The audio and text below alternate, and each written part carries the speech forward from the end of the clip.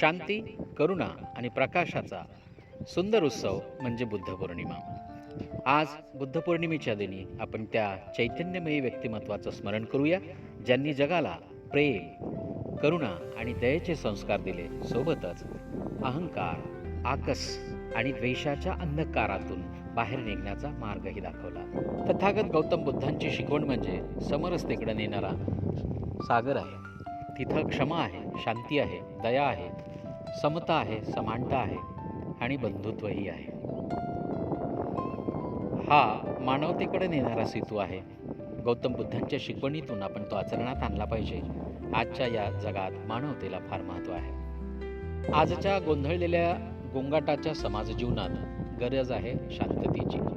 शांततेची ही खरी गरज बुद्धांच्या शिकवणीतून आपल्याला घेता येईल. बुद्धांच्या शिकवणीत आपल्याला द्वेष आढळत नाही, आकस नाही, मत्सर नाही, तर तिथं आहे प्रेम, दया, शांती.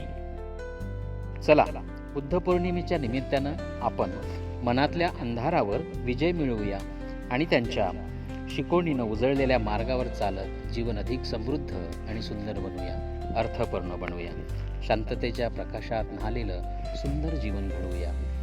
बुद्ध पौर्णिमेच्या सर्वांना मंगल कामना. सबका मंगल हो, सबका मंगल हो.